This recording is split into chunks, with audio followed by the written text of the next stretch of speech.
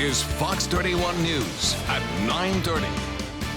All new at 9:30. This is pretty neat. A familiar name leads to a life-changing encounter for a Denver veteran. Yeah, an encounter that helped him reconnect with an important and sometimes painful part of his past. His story in tonight's Fox 31 Problem Solvers Serving Those Who Serve report.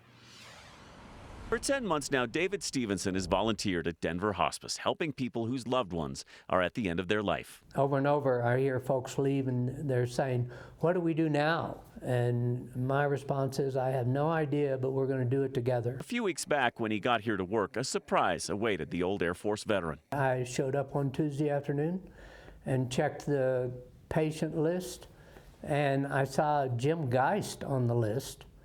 And I thought, boy, that name's familiar. He knew a Jim Geist about 50 years ago, this guy right here on the left. During the war, they were co-pilots. In the 8 months I was in Vietnam, we probably flew together maybe 5 or 6 times. Come to think of it, that Jim Geist was from Colorado. In fact, their parents had even been neighbors around the time David was shot down over Laos in 1969. And while I was in the hospital, Jim came home for R&R, and while he was here in Denver, he drove out to see my folks and assure them that I was going to be okay. But that was all a lifetime ago. They'd lost touch, and certainly this guy right here in the red shirt couldn't be the same guy. Or could he?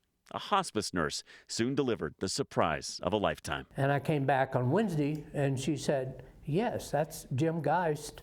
And I got his wife's phone number, and she wants us to call her. That call led to a reunion at the hospice between the old Air Force buddies. I brought some pictures so we could post them in Jim's room, and then Jim died the next Sunday. Safe to say David didn't fully realize the emotional impact of their chance encounter until a few days later. I went to his memorial service. I haven't cried in 93 years. And I proceeded to just boom, like that. I guess because I never had. Maybe it's because they were in it together, and few others could relate to exactly what David went through in Vietnam. No one else knows what it was like. Who knows if Jim even recognized him in that hospice room. He couldn't even talk at that point. But their conversation mattered. And there have been studies, and there are books out there, tons and tons of books out there, that basically say, yeah, they do hear you. And our hearing is the last thing to go. So when you are at a person's bedside who is passing away or transitioning, talk to them. I don't want to say it was selfish, but it was very meaningful for me. Helping people prepare for the end of life. David Stevenson knew that's what he signed up for here. Sometimes it's very comfortable, sometimes it's very uncomfortable. Little did he know how personal the job could be.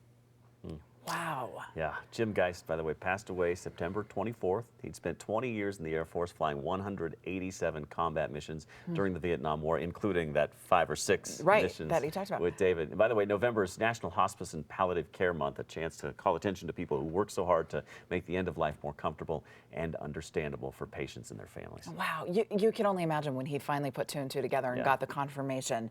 All these thoughts, emotions, feelings, probably things he hadn't thought about in years just had to come back. Well, you just see that name on that list and imagine, yeah, you're like, wait a minute, is this I know the that same guy? And then you find out it is, and you connection. catch him right before he dies. Yeah, he hopes to stay in touch with Jim's widow. Yeah. And we'll see how that goes down the road. Oh, but, wow. Yeah. I'm and sure. they do such great work out there at the hospice. It's a nonprofit, and so, you know, they take any support you can give them. Yeah, sure. Fascinating too. Your hearing's the last thing to go. Yeah. I'd never heard that before. It's good to know.